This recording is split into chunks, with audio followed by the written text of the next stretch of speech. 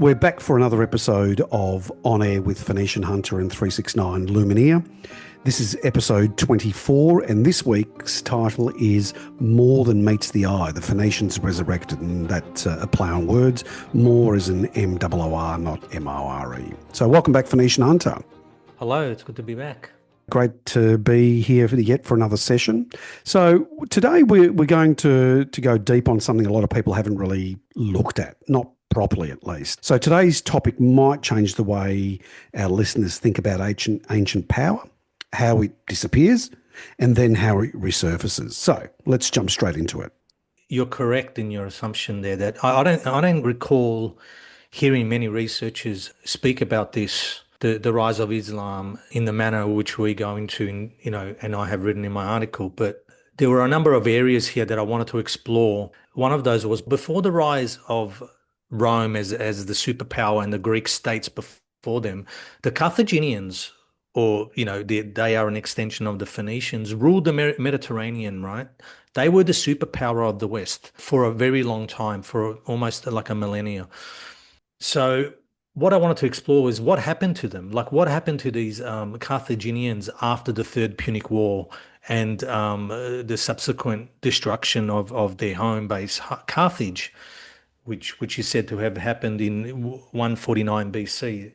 And to my surprise, it was why such an immense power, which ruled for so long, seemingly just disappeared overnight and never rose again. Mm-hmm. That didn't make sense to me.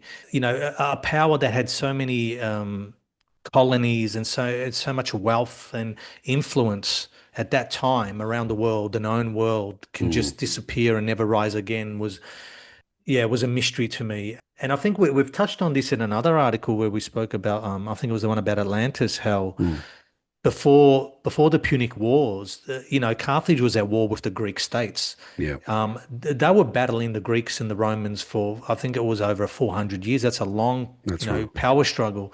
So, they weren't a weak enemy. They were a power. They were a power. And I came across a number of clues in my research that pointed to the rise of Islam in connection with the Phoenicians. So that was an area where I hadn't heard of many people talking about it, and I wanted to explore that a little bit further. And it sort of maybe is slightly off the back of my work with the Phoenicians and the connection with the Hebrews as well, how the rise of Judaism and the Hebrews sort of are connected with the Phoenicians as well, because there's a lot of connection there with the language, with the customs, with the belief system, the Canaanite belief system. For instance, is that they were both circumcised.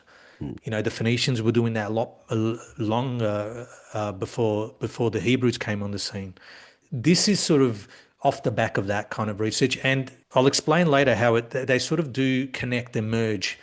Okay, well, that's a good setup to start with, but a bit of historical reference of sorts for our listeners about Islam. So we know that Islam is a monotheistic religion that began around the 7th century in Mecca, what we know today as being Arabia or Saudi Arabia, for those who want to dig a little bit more into that rabbit hole. So Muslims essentially believe the Quran is the word of God, revealed to the Prophet Muhammad by the angel Gabriel over a period of, and correct me if I'm wrong, about 20 odd years or thereabouts. So Muhammad's seen as the final prophet in a long line that includes Abraham, Moses, and of course Jesus. And the message, well, it was one God, moral accountability, justice, and total submission to God's will. So the Quran was first memorized and recited, then written down by his followers, by Muhammad's followers. And that's the foundation of Islam as it's practiced today. Yeah, prophets, the That's merchants right. and their prophets. Prophets, that's right. When I see that word, that's what I think about, because I have stated before that it's the merchants that gave you these religious doctrines. Yeah, yeah. So yeah, you're correct in saying that officially Islam begins in 610 AD, right? So take note of that date, because I'll be referring to that later. Okay. But I believe it's the work of the Phoenicians, right? And I'll explain why as we continue, which combined the aspects of their own theology and cosmology, Mm. right, with that of the Persian writings, and that created, the Islamic doctrine. Mm. Are you saying that, in your opinion, and of course based on your research, what are some of the clues that point to a Phoenician involvement? We are told after the destruction of Carthage that the Punic culture continued to live on, and its language was spoken in North Africa until 600. So around the Right. same date as the Okay. beginning of, the appearance of Islam. Right. Okay. So that was one clue to me. So, okay, so they're still speaking this Punic language. So because of what I believe has happened is that one culture disappears Mm. and a new culture arises, which is Islam. Of All right. So the course. Phoenician culture goes, disappears, and then, it's taken over by Islam. So that Okay. that makes sense that the language disappears around the same time that Islam is introduced. All right. Okay. Okay. That's what's going on. I also found many links between the Phoenicians and the Persians, right, in relation to Islam. Okay, so according to Edwin Johnson, who, was the main instigator of this theory, is that Islam is indebted or borrowed heavily from the Avesta and the literature of Zoroastrianism. Hmm. Okay, that's what I found. That was something that Edwin claimed, and then I found that other researchers were making that a similar claim. If I can just maybe step in here for a moment, because I know that you don't actually give a definition in Mm-mm. your pieces. You go straight into the absolute guts of it. But for those unfamiliar with Zoroastrianism, it's perhaps, I guess, it's considered one of the world's oldest known monotheistic religions. So it was founded by the prophet Zoroaster, and he's also known in ancient scriptures as Zarathustra. In ancient Persia, around the 6th century BC, like you mentioned, though some sources have suggested that it could even be a lot earlier. So, at the heart of this faith is the belief in one supreme God, who they call Ahura Mazda. Okay, and he, she, it is seen as the source of all truth, light, and goodness. So, similar story to Sounds other. similar, doesn't it? It Yeah. does, of course. So, this prophet, Zoroaster, his teachings or its teachings revolved around the idea that life is a constant struggle between good and evil, and that every individual has a role to play in the battle through their thoughts, words, and actions. Again, this is standard sort of Mm. stuff across a lot of Yeah. religions. So, their holy book, which you mentioned a moment ago, called the Avesta, is essentially a collection of hymns, prayers, and teachings, right? And parts of it go back to the prophet himself, while other sections were compiled over centuries. Again, stories based on what may have happened. So, Zoroastrian ideas like, for example, judgment after death, heaven and hell, final resurrection, later show up in Judaism, Christianity, and Islam. Yeah. I mean, this is what sort of upsets me a little bit about people who, are quite zealous about their faith. I mean, we live in an age where you have no excuse. All these sources are available Of to you. course. You have no excuse. You just, if you have the will to look into this stuff, you'll find that nothing is original in Judaism, Christianity, or Islam. Can I just interject before you Yeah. respond to that? Again, this is quite critical, is that we, alert our listeners and those new to the channel to your Substack channel, phoenicianhunter.substack.com, only because, and the only reason I raise that now, and I'll raise it later, is because all your stories are interconnected. This is why you call yourself Phoenician Hunter, because you are chasing down the truth, okay, about how it all leads back to Phoenicians. Yeah, I'm glad you brought that up because we have mentioned this before, but Mm. for all the new listeners who subscribe to my Substack channel, one of the main reasons people don't resubscribe is that they say lack of content. Now, I'm never going to produce as much content as most people on Substack who write about geopolitical events or stuff that is opinion based. I mean, I can dish out one a day if I wanted to give Of you my course. opinion on something. Yeah. That's not what I'm about. Like you've mentioned also that my articles take quite a long time to put together because I'm reading, 5 to 6 books per article, Mm. and they're always going to take a little bit longer. But also, there's so much content there.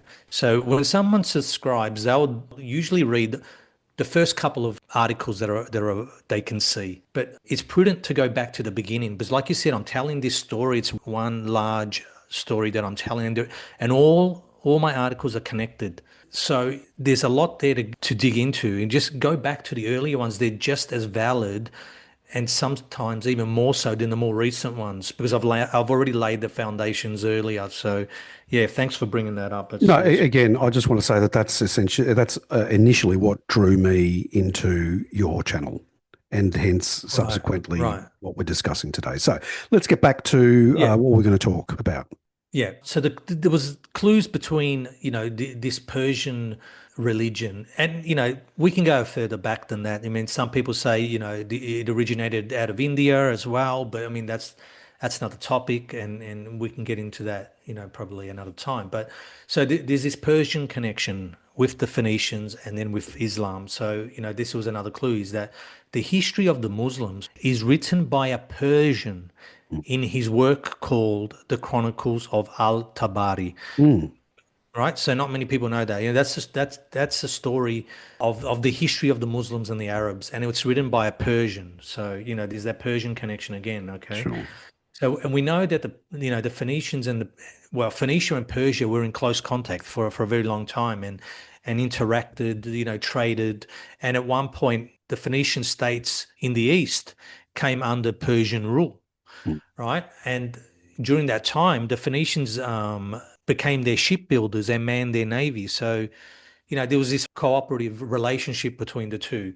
So they would have shared ideas too. This of is what I'm course. getting at. Yep. There's the Yep. connection. And the other connection is they would have shared their ideas, but the Persians didn't venture far to the west. So they didn't go to Iberia, but the Phoenicians did. The Phoenicians Hmm. are the conduit between the east and the west, right? Right. So Makes if you got sense. any if you got ideas of religion in the east, how are you going to get it to the west? It's the Phoenicians who are going Sure. to do it, right? So then after Rome defeated the Carthaginians, Rome became the main superpower, right? Mm. And the region of Phoenicia, that region of Phoenicia and Syria became a Roman province. Okay, so they lost their power, basically their sovereignty. Right. And I understand that later, even later than that, it was formalized into a province called Syria Phoenice. Yeah, no, this is the time. Yeah, pretty much. I think it was like 100 years after the fall of Carthage. Then they reformed all those regions in the east. Okay, and so this Yeah. brings into topic the Emperor Septimius Severus. So, again, I understand around 194 AD, he created Syria Phoenice formally, and during some what they write as an administrative reshuffle of the eastern provinces, Mm. as you've basically mentioned. So, I guess the idea was to manage the area more effectively by dividing the larger province of Syria, let's say. So. At the time, Syria Phoenice, and please correct me if I'm wrong anywhere here, it included key coastal cities like Tyre, Sidon, Byblos, which you've mentioned and we've mentioned in previous podcasts. They were once major Phoenician hubs. And even under Roman control, these cities kept their maritime and trade significance, which is what comes back to your whole point. So, and just to close it off, that province, it pretty much stayed in place for, I think it was about 400 years until the the early 600s rather, AD, Yeah. when Muslim Arab forces took the region during what we now know as the early Islamic conquest. So, what you've essentially got is a continuous shift in power as we've seen over time. But the geography stays the same, right? Same cities, same routes, just different empires calling the shots, right? Yeah, and that area is the first area that Islam expands into. So from Arabia, we're told, which I doubt that it came from Arabia. I think that's just the story to make Mecca, it's almost what they've done with Jerusalem Yeah. they've made Jerusalem, the important Yes. factor in Yep. Christianity, and Yep. they've done the same with Mecca. I don't believe that actually has any relevance to Islam. Likewise. So, Yep. Yep. it's like look over here, guys. This is, don't look over here. Look over there, sort of Yep. thing. Yep. So that's what I think Mecca is. So yeah, Syria really is the beginning of the expansion of Islam. And Mm-hmm. just going back to something you mentioned, Emperor Severus Mm-hmm. was of Carthaginian ancestry. There you Okay, go. Yep. so Yep. there's a connection there too, which I haven't. I'm sure there's some shenanigans going on there, but I haven't Sure. looked into it. Okay, it's just an interesting thing to bring up that Well, he's the one who reformed the region, and he mm. was Phoenician. So It makes sense. The yeah, connections make sense. Essentially, what we keep on discussing week after week always come back to one major point, right? yeah, yeah. So again, the stuff that you've written and researched has been absolutely fascinating. So that region, yeah, it begins to expand under what they call the Islamic Umayyad Caliphate. That's right. So that is the second and most successful one. I mean, that's the one that really sets Islam out, expanding into the world. That was apparently founded, and again, you know this better than I do, right after the death of Muhammad, the Prophet Muhammad, Yeah, yeah. around 660 AD or thereabouts. Like you've said, it was the second Islamic caliphate and arguably the most successful in terms of expansion and consolidation, right? So their power base was in Syria, with Damascus being their capital. There's Syria, the old, that That, whole area was Phoenician. and so from there, they built one of the largest empires, I guess, the world has seen, stretching from Spain in the west to India in the east. Now, have I got that right? Yeah, that's correct. And now this brings me to another point about the common accusation that people make regarding Muslims and Islam and forced conversion. And they make this same argument. Some do about Christianity as well. The evidence doesn't support that. It's simply not true. Okay, Mm. so the Umayyad Caliphate ruled over a vast, multi-ethnic and multicultural population of different customs and religions. Okay, they didn't chop your head off if you believed something else. Okay, Sure, it's not the sure. way it worked. All right, for example, Christians and Jews were allowed to practice their own religions as long as they Mm. paid a poll tax. Again, this is why these systems, I believe, are commercial Of systems. They're course. commercial enterprises, okay? Poll Because what are they tax. doing? They trade, they make you pay taxes. If they really were about, you need to believe in our God, Correct. how does money come? Money wouldn't come into it. They wouldn't care, Mm. right?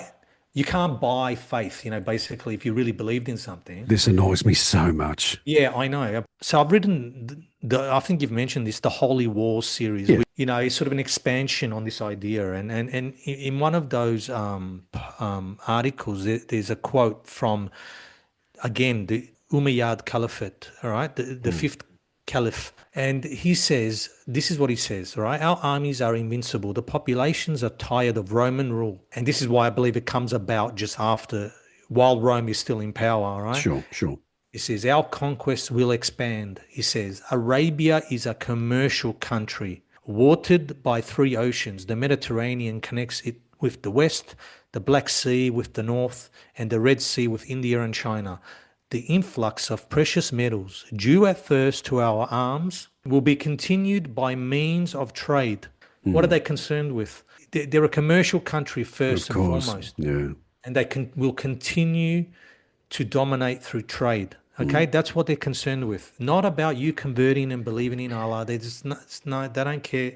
It's the same with Christianity and the same with Judaism. It's so frustrating knowing all this, and yet the masses fall for the They turn off though. for the You give them this veil. information, they switch right off. Of They course. just they did see the Prophet Muhammad did distinguish between mere pagans and what he called those who followed the Holy Scripture. So Right. Christians and Jews were given, sort of a little bit more special, treatment compared to non-monotheistic, faiths. Of course. And your article also makes the point that, and makes it very well, that Islam didn't just spread overnight or just through brute force. It was actually a much slower, more layered process where Islamic beliefs and practices blended with local customs over time, right?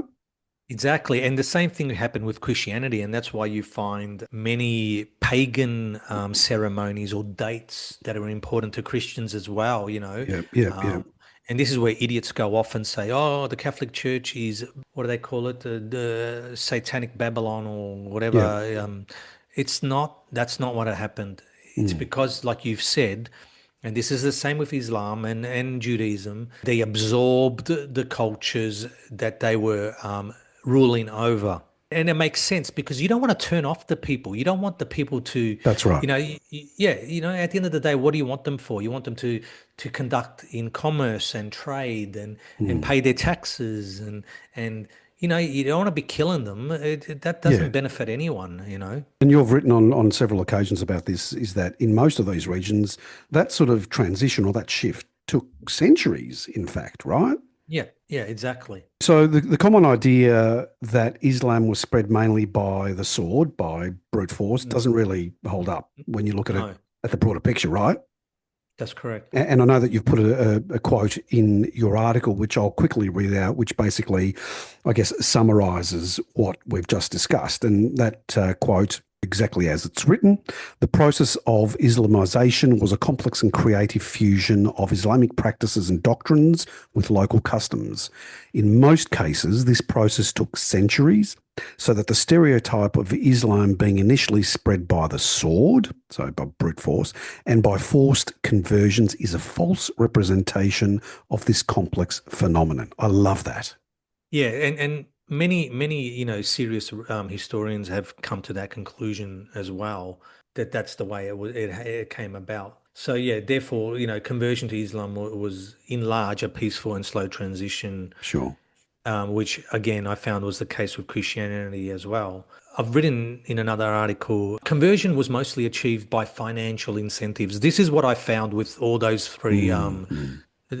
faiths. They would come in and give the kings and rulers access to, they would give them access to trade and to markets. So they'll say, for instance, listen, if you convert to Islam, you have all these markets in the East open to you, or if you don't convert, then these whole nations are closed to you. You can't trade with them.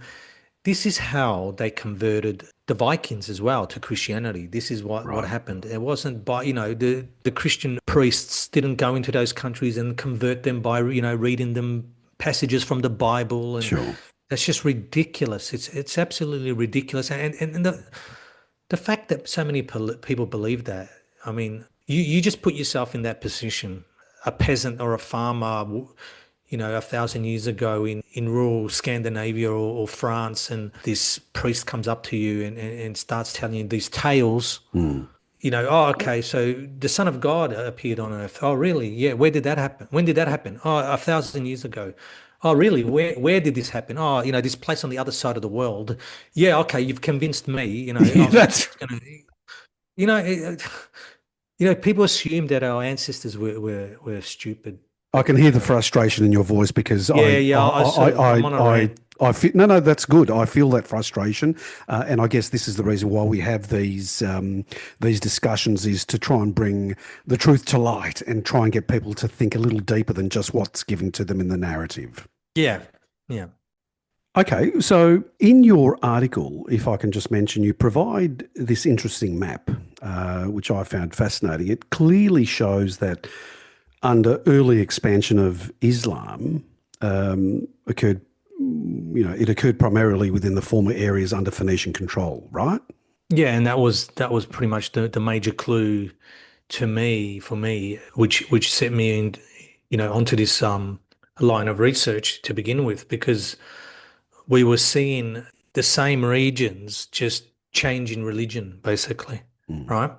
Going back to the story, so then in 711 AD, we are told that Moorish troops from North Africa, under the command of the Umayyad, again, Caliphate, conquered Iberia, or modern day Spain. mm, But the number of actual Moors from North Africa in Spain were very small. always were very small, okay? So according to researchers, by 1000 AD, which is 300 years after the supposed invasion or conquest, over 70% of Iberia's inhabitants were Muslim, Wow. okay?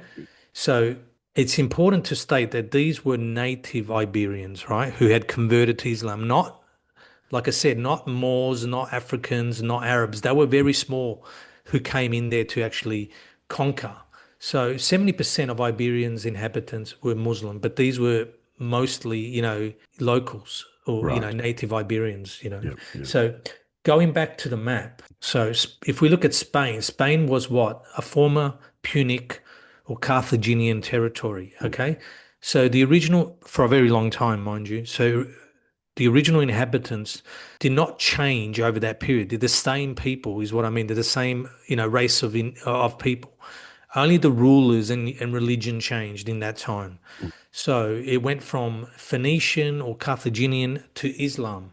This theory is also taken into considerations Johnson's claim that Islam appeared first and then it was followed by Judaism and Christianity. But, I'll get back to that a little bit later. But yeah, pretty much what I was trying to say is that, yeah, the inhabitants didn't change. Mm. Okay. So with the conquest, they stayed the same. It's just that they adopted this new religion. Yeah, and your article actually points out something important to me anyway about the term Moors. From all accounts, they weren't a single, clearly defined group of people, right? So, if we were to go back to an early edition of, say, the Encyclopedia Britannica around, the early 1900s, the term didn't really have any real ethnic meaning behind it, right? So, back in Mm. medieval Europe, for example, Moors was used to pretty much loosely describe Arabs, Berbers, and even European Muslims, correct? Yeah, that's right. And, it's, we hear a lot of African Americans or Africans saying, "Oh, we were the Moors and shit." Like the kings, we were kings and Yeah, shit. We yeah, were the Moors, like as if, the Africans were responsible for, yeah. conquering the West. It's not what that term meant. This is the other thing with language, and I've mentioned this before, that language evolves. Mm, There are words that we no longer use or words that we use that have changed their meanings over time. And sometimes this is done, just by, people shifting their ideas and their customs, but mm, also it can be done on purpose too. It's sure. purposely done by, the people who are in control of the language, Yeah. right? So if you look at earlier printed material, like I said, the Encyclopedia Britannica, the term had no real ethnological value, right? Yeah.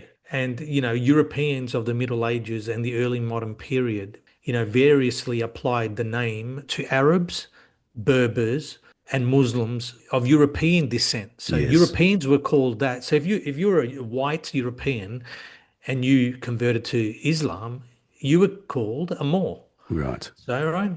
Mm, Yeah. So clearly there was no large scale foreign military invasion and occupation of the Iberian Peninsula. I mean, I don't believe that for a second. So these Moors were the indigenous inhabitants of the former Punic territories, mm, right? This was their homeland for a long, very long time. of course. Okay.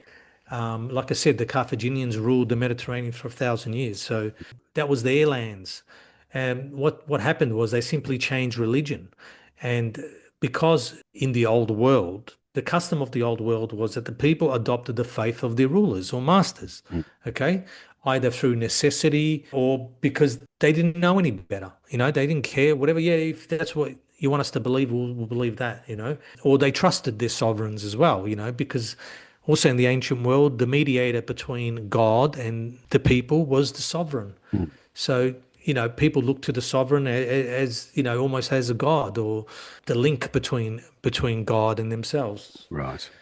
So, and this is why when you look at the map of the growth of Islam, the expansion, like we mentioned, it all happens in the exact same areas that were former Phoenician colonies or under the, Phoenician sphere of influence. So Right. that because no one invaded these places to convert these people, what happened was that these people just adopted the new faith of their rulers. Right. That's what's happened. And in your article, you do share two maps, and I think this is quite critical. One showing Spain in the early 900s, so 910 AD, and the other from 149 BC. And what they do is, what you've done is you highlight how the territory once controlled by the Carthaginians and later by the Muslim rulers is almost identical, which to me it drives home the point about the continuity in those regions. Yeah, I mean that map just illustrates what I just said earlier. That if you're invading a place, usually it's not going to be along the same lines of the previous territory that the ruler held. So I mean, I just found it quite interesting that it was exactly the same area that belonged to the Carthaginians and then belonged to the Muslims. It was exactly the same. So the maps showed that by 910 AD, the Moors had occupied the exact same territories, all right, once held by the Carthaginians in 150 BC, Right. before the Third Punic War, basically, in the destruction of Carthage. So again, this points to the conversion rather than invasion. Now, this brings up another point. So those dates are exactly, or well, not exactly, they're just roughly 700 to 800 years apart. Mm. So now, if we were to entertain the claim by Edwin Johnson and other researchers, another good researcher is a German by the name of Gunnar Heinzholm, and they advocate that the calendar, the chronological table that we follow has been extended by, from 700 to as much as 1,000 years. So, Yeah, I've heard that. all Yeah. right. So if you remove, let's say, 700 to 800 years, what that does, okay, then the area which changed from the Carthaginian to Muslim control doesn't happen over that 800 years. It Mm. happens, within a very short period. Sure. Okay. It's almost like a flip of a switch. It happens instantaneously. That's why I believe that what had happened was this was the Carthaginians regaining, or it's almost coming back to life, building a new empire. They lost that one. They lost their Canaanite, Mm. Carthaginian empire, and they've resurrected with this new Muslim one, Mm. with a new doctrine. Again, it goes back to this is their new commercial enterprise. Okay, like Mm. I keep saying, I keep repeating myself. And what happens with these commercial enterprises? They need to be sanctioned by God. So they need a religious doctrine that goes with them. That's why they become religions. But they're commercial. They begin out as a commercial idea. Edward Johnson says that Islam is the earliest. So this also makes sense when you look at these periods and what I've just discussed. Okay, the order of the three holy days of worship. So the holy day for Islam is Friday. For Judaism, it's Saturday, right? And for Christianity, it's Sunday. So these days represent the chronological relation of the three systems. So Friday is Islam, that came first, and then it's followed by Judaism, Mm. which is the Saturday, and Sunday is Christianity, which is the final one. Okay, I just found that was an interesting point that Edwin Johnson brought up with the Mm. days, the holy days. Right. I guess, again, for the benefit of our listeners, if they want to learn more, you can find these over at your Substack, phoenicianhunter.substack.com. And from my understanding, and you and I have had these discussions, they're part of a series that you've researched and written about with titles like The Holy Wars, An Unholy Alliance, Knights Before Bishops, for those that want to read it a little bit more. And I believe there's a fourth part coming soon, which you haven't released yet. And what these articles do is they really dig deeper into how these religious and historical threads connect. Yeah, exactly, and how they came about. So the earlier ones were sort of like I said, laying the foundations for these ideas, and then the more I research, the more I learn as well. I mean, I don't pretend to have all the answers. That's the other thing, right? I'm not saying that everything I say is going to be 100% accurate. I might have Mm. missed something, or the source was dubious. But I'm learning as well, and if I have to correct something, I will in a future article. But so with this new series, I'm sort of expanding on this idea of Islam came first, and I believe I've added more weight to that belief with that series. And Sure. thanks for bringing that up. So yeah, just briefly, because it's relevant here, like we mentioned, Islam is the first theological system, right? And then the idea is Judaism appeared almost This is according to Edwin Johnson. Mm. Almost 200 years later, as he says, as an outgrowth by a smaller clan or caste of the same branch. That's his terminology. Yeah. So, and these become the Jewish writings, which first appear again in Iberia. So, what he found was all the oldest Hebrew writings, authentic Hebrew writings that he can claim as, being authentic, came out of Iberia. So, why would they bloody come out of Iberia? Mm. If they claim, they're from Jerusalem, they wouldn't come from Iberia. Then Christianity would follow under the Roman Empire as sort of a response to this Oriental encroachment on Europe and on their territory. This brings up another point, that there was never any Christians before this point. Okay, so there wasn't. The story of goes back to Jesus, and there were Christians, but they didn't gain any power until this point. All right, Mm. this is what Christians believe, that the Catholic Church was the first sort of institution that incorporated all the ideas of Christianity into a formal religion. Christians believe, but there was a sect, there was an ancient sect. No, there wasn't an ancient sect. This is the point where it becomes a religion. Mm. Okay. And this also throws into the open that the three Abrahamic systems of worship are AD religions. This is important. Okay. They're not ancient, they're AD. This is very difficult for most people to accept. Yeah, that's a very difficult point. But once you understand that it wasn't ancient, I think then history in general seems to make sense too. Mm. Okay, all the power struggles that we see between the East and the West make sense.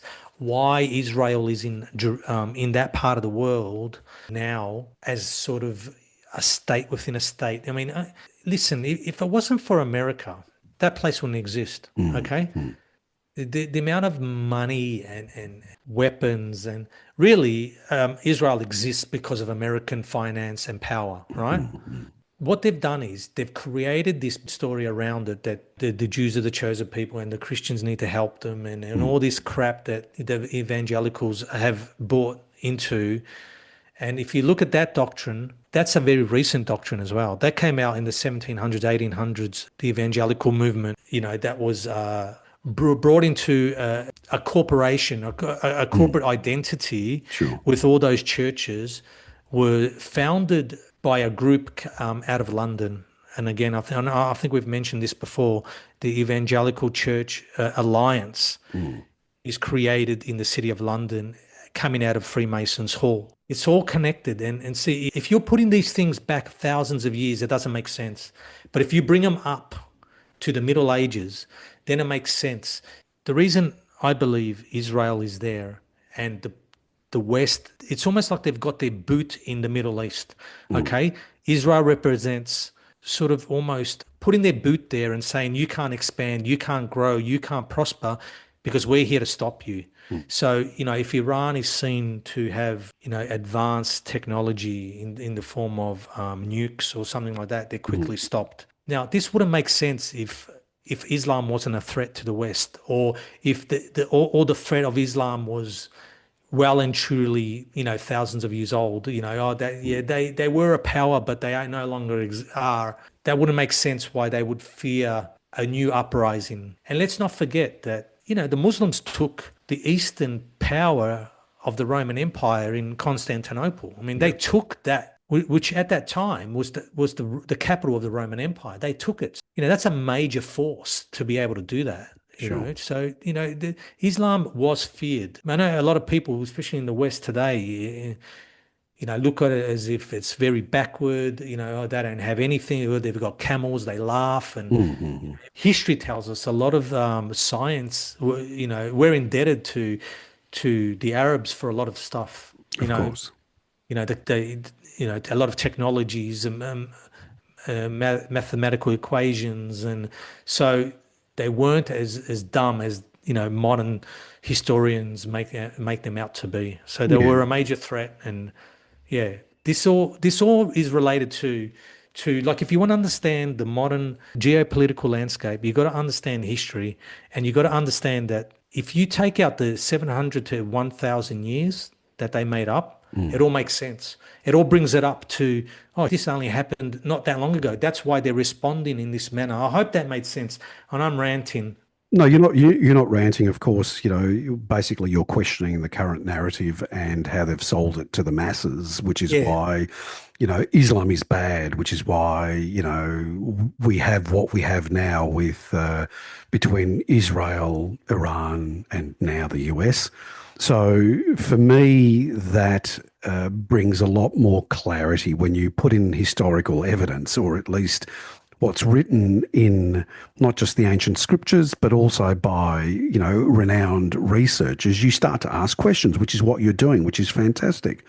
Look, that pretty much wraps up what I consider another great conversation. But before we do sign off, because I know that our listeners have, requested for longer episodes. Not that, I was well, uh, I was about to bring that up. Yeah, well, go not go not ahead. not, but not that we're going to purposely add content just for the sake of adding fluff. We look at your articles, we dissect the article, and we have a discussion about it. And so we've reached the point where it's been a great conversation, and what we hope people will start to ask further questions, or at least dive into rabbit holes that they haven't actually dived into. So. But before we do sign off, do you have any final thoughts just to close the loop, just to close Yeah, things yeah. out? Just on that point that you made, we encourage all feedback. We love getting feedback, positive or negative. I mean, we're learning as we're going as along as well, because we haven't done podcasts before. Well, I haven't. So this is all Mm. new, this format, and we don't have a timer. So we don't set out to say, okay, we're going to do a 1 hour or 30, whatever it 30 is. minute or a 20 30 minute or minute, whatever. Yeah, like you said, we just go with the flow. When we've exhausted the content, we sort of just wrap it up and sure. end it. And yeah, I don't want to just fill it up with fluff. We just want to make a rich podcast where we're just giving loads of information. Of course. I mean, the other thing which is important for people to note, that neither of us do this full time. I know I've mentioned this before, but it's probably worth repeating, that we're sort of starting out. We don't get a lot of views, well, as much as I would like. And, so we're building towards a larger audience, and we both have paying work to do as well. So, Mm. this eats into that time. We're happy to do it. But like I said, we need to be responsible and build up slowly. Well, it's a labour of love for both of us, and Yeah. you love history, I love history. It's not all conspiratorial discussions, but at least we dive deep into historical narratives and try and make some sense of it. That's what we're trying to do. And at the end of the day, we just want people to start asking questions. Yeah, that's what it's about, ideas. Just to So, recap, the idea is that the Phoenicians rose from their destruction at the hands of Rome, right?